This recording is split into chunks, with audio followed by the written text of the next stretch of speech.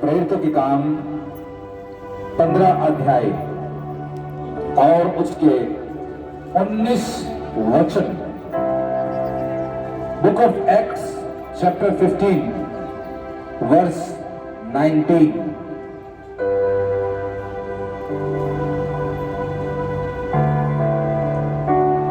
Thank you Jesus. देखिए क्या लिखा है यहां पर। इसीलिए मेरा विचार यह है कि अन्य जातियों में से जो लोग परमेश्वर की ओर फिरते हैं, सब कहो आमीन। अन्य जातियों से, हालेलुया। कहां से? अन्य जातियों से। जो वो लोग जो प्रभु में नहीं थे, प्रभु के बारे में सुना नहीं था, वो लोग जब परमेश्वर की ओर फिरते हैं तो यहां पे क्या लिखा है? हम उन्हें दुख ना दे। ये लाइन विशेषकर पास्टर्स के लिए है, सिखाने वाले प्रचारकों के लिए है और विश्वासियों के लिए भी है। आपके द्वारा जो लोग प्रभु को जानने लगे हैं, आप उन पर चीजों को थोपे ना कि भाई तुम अब अपनी ड्रेस ठीक करो, भाई तुम अब अपनी घर की चीजें ठीक करो। उनके अंदर सबसे पहला और बड़ा बदलाव ये आना चाहिए कि वो अपने पापों से मन फिराए। समझ रहे मेरी बात? ये अच्छा लगता है खुदावन को कि जब अन्य जाति से लोग प्रभु को जाने। हमारे चर्च में ऐसा ही है कि अन्य जाति से जो लोग आए और वो भी अलग अलग भाषा बोलने वाले। अभी बहन नेपाली में कुछ गा रही थी, आप में से बहुतों को समझ नहीं आ रहा होगा, लेकिन ये कितने आनंद की बात है। अगर हम प्रकाशित वाक्य में देखें तो लिखा है, एक बड़ी भीड़ जिसे कोई नहीं गिन सकता, हर कुल से निकलने वाली भीड़, वो परमेश्वर की आराधना कर रही है, वो प्रभु की आराधना कर रही है। तो हम यहाँ प्रभु का धन्यवाद करते हैं जब अलग अलग भाषा बोलने वाले एक मन होके जिंदा परमेश्वर की महिमा करते हैं। अलग अलग भाषा, कोई मराठी, कोई हरियाणवी, कोई पंजाबी, कोई यूपी से। Praise the Lord. आज एक हमारी बहन मध्य प्रदेश से भी आई है। ये नहीं कि यहाँ ये चक्कर लगा इसलिए आए क्या है, विशेष यहीं के लिए आए। अब प्रेज द लॉर्ड, हालेलुया। तारीफ को अकेली आई, हस्बैंड आए, ये दोनों मध्य प्रदेश से आए। आप लोग कब चले? कल भोपाल से। अच्छा, तो दिल्ली कब पहुंचे? दिल्ली सुबह 6 बजे पहुंचे और यहां रोहतक 7:15 बजे। तारीफ पूछी, जिंदा परमेश्वर की। सीट बुक करी थी कि पैसे बैठना पड़ा? आओ प्रेज द लॉर्ड। आप देखो कि कितना प्यार करते हैं लोग, प्रभु से कितना प्यार करते हैं, इस चर्च से, इस मिनिस्ट्री से, और यहाँ पे संगति करने के लिए कितना तरसते हैं कि हम यहाँ पर आ सके। हर संडे भोपाल से तो नहीं आया जाए, लेकिन ये बात सोचने की बात है। यहाँ पे लिखा है कि हम अन्य जातियों को जो परमेश्वर की ओर फिरते हैं उन्हें दुख ना दे। उनके अंदर पहला बदलाव क्या आना चाहिए कि वो मन फिराए। अपने साथ में बैठी बहन और भाई को बोले कि मन फिराए, कि वो क्या करे? मन फिराए। बोलो अपने पड़ोसी को मन फिराओ। हालेलुया। वो क्या करे? मन बदल जाए, उनके मन क्या हो जाए? चेंज हो जाए। फिर क्या लिखा है कि परंतु उन्हें लिख भेजें कि वे मूर्तों की अशुद्धता। लेकिन यहां पर एक शब्द लिखा है परंतु। परंतु क्या है? किंतु, कि परंतु, लेकिन चलो ठीक है, वो ज्यादा उनको दुख नहीं दे रहे हैं, ज्यादा उनको बोझ नहीं दे रहे हैं कि भाई तुम ये करो वो करो, मन तो फिरा लो, परंतु यहां पर चेतावनी दी गई है और यहां पर एक वार्निंग है। कोई बोले वार्निंग दी गई है, चेतावनी, कौन सी चेतावनी दी गई है? यहां पर लिखा है कि अशुद्धता, कौन सी अशुद्धता? मूर्तों की अशुद्धता, मूर्त की अशुद्धता। जब तुमने जिंदा परमेश्वर को मान लिया है, जब तुमने जिंदा प्रभु को ग्रहण कर लिया है, तो मूर्तों की अशुद्धता से अपने आप को बचाओ। मूर्ति पूजा से आप क्या, अब आप जिंदा परमेश्वर को मानने लगे हैं, अब आप प्रभु को मानने लगे हैं। चाहे आप में कोई बदलाव आ रहा है कि नहीं आ रहा है, लेकिन आप अपने आप को मूर्तों की अशुद्धता से बचाओ। समझ में आ रही कि नहीं आ रही मेरी बात? आपको आ रही कि नहीं आ रही? उसके बाद से मुझे बता दो। Yes, hallelujah. ये कैसे हो सकता है? आप यहां पर आ रहे हैं, फिर दुनियावी त्योहार बनाते हैं, फिर आप अभी भी कहीं ना कहीं मूर्ति पूजा में फंसे हैं। आप कहीं ना कहीं अशुद्धता में क्या है? फंसे हुए, दुनियावी त्योहार बना रहे। जब बदलाव आपके अंदर पूरे आ चुके हैं, तो ऐसी चीजों को भी अपने जीवन से क्या कर दो? दूर करो। मसीह जीवन आसान नहीं है। अगर आप एक मसीही व्यक्ति हैं, तो मैं आपके नाम के आगे एक शब्द लगाना चाहता हूं, वो है योद्धा। आप योद्धा हैं। ये आसान नहीं है। परीक्षाएं आएंगी, लेकिन आपको जय पानी है। आपको क्या पानी है? आपको जय पानी है।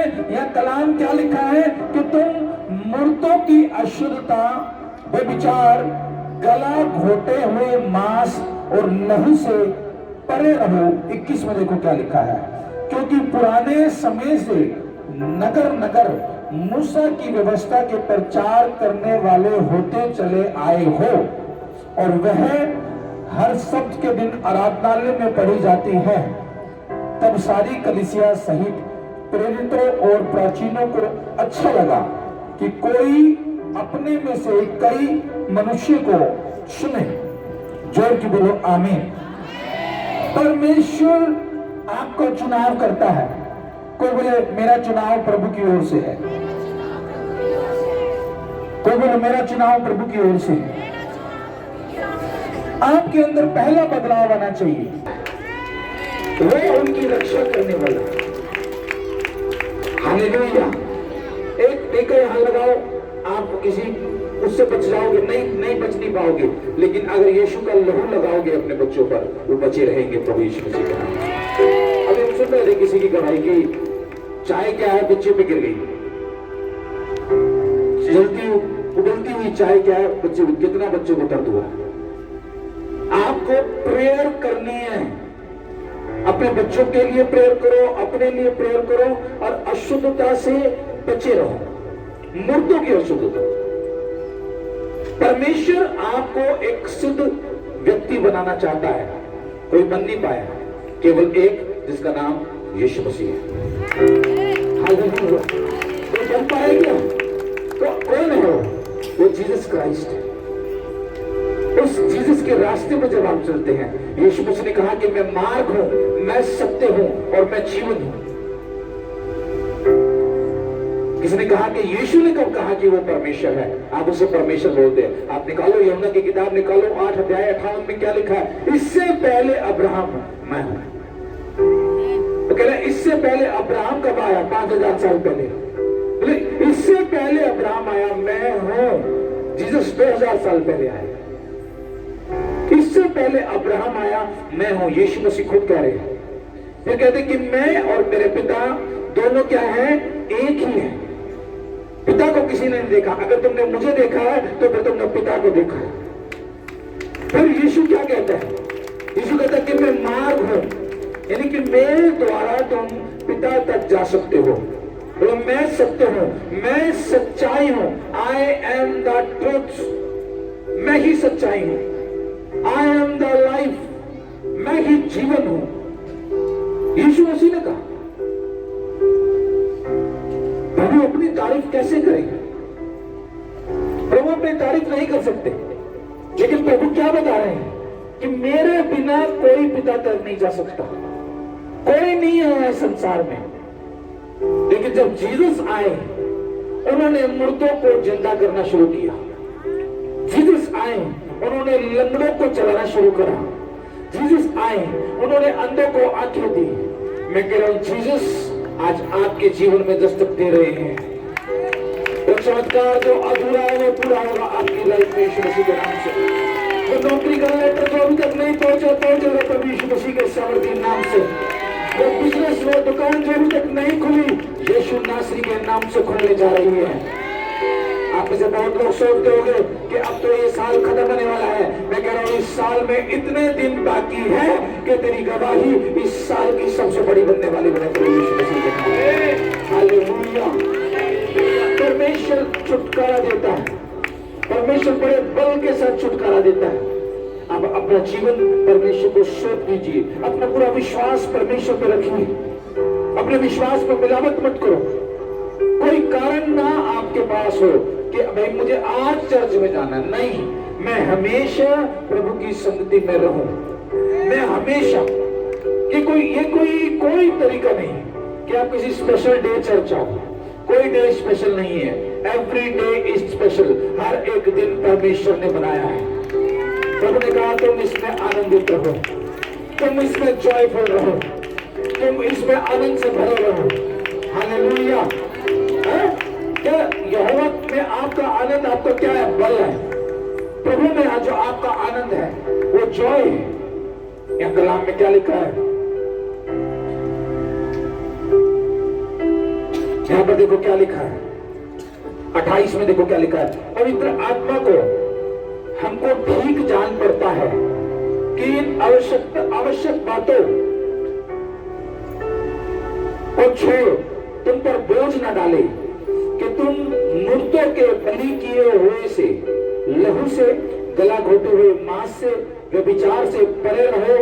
इनसे परे रहो तो तुम्हारा भला ही होगा। आगे शुभ, आगे शब्द को क्या लिखे? आगे शुभ। इन्हीं चीजों से तुम्हारा भला होगा। जो मैंने प्रभु से बहुत प्यार करते हैं लेकिन उनको उस कलाम की समझ नहीं है, दुनियावी त्योहारों में भी चली जाती हैं, फिर कभी पति से डर के, कभी सास से डर के, कभी दुनिया से डर के।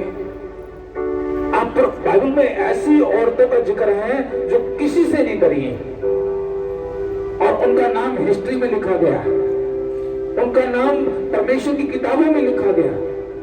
आप कैसी बहन हो, आप परमेश्वर में अडिग रहो, आप परमेश्वर में मजबूत रहो, चाहे आपका हालात कुछ भी हो, लेकिन आप प्रभु से दूर नहीं होगी। यीशु मसीह के नाम से आप दूर नहीं होगी प्रभु से। आप बीच में कॉम्प्रोमाइज करने वाली नहीं बनोगी। यहाँ पे क्या लिखा है कि पवित्र आत्मा को हमको ठीक जान पड़ा, इन आवश्यक बातों को छोड़। पवित्र आत्मा जो आपको ठीक ठाक सब बातों को समझाता है वो प्रभु का आत्मा है। जो प्रभु को ठीक करता है वो पवित्र आत्मा को बताया जाता है और पवित्र आत्मा आपको बताता है। क्या आपको आवाज सुनेगी? कई बार आवाज सुन सकती है, लेकिन प्रभु का आत्मा विशेष रूप से बात करता है एक ही तरीके से, वो है बोझ के द्वारा। आपके हृदय में बोझ आएगा, आपके हृदय में परमेश्वर का वचन बोलेगा। हालेलुया। आपने बहुत से परमेश्वर के दासों को सुना हुआ कि मुझे प्रभु ने बताया। हालेलुया। इन शब्दों को मैं आपको बताना चाहता हूं, इसका मतलब क्या है कि प्रभु का आत्मा बोझ दे रहा है।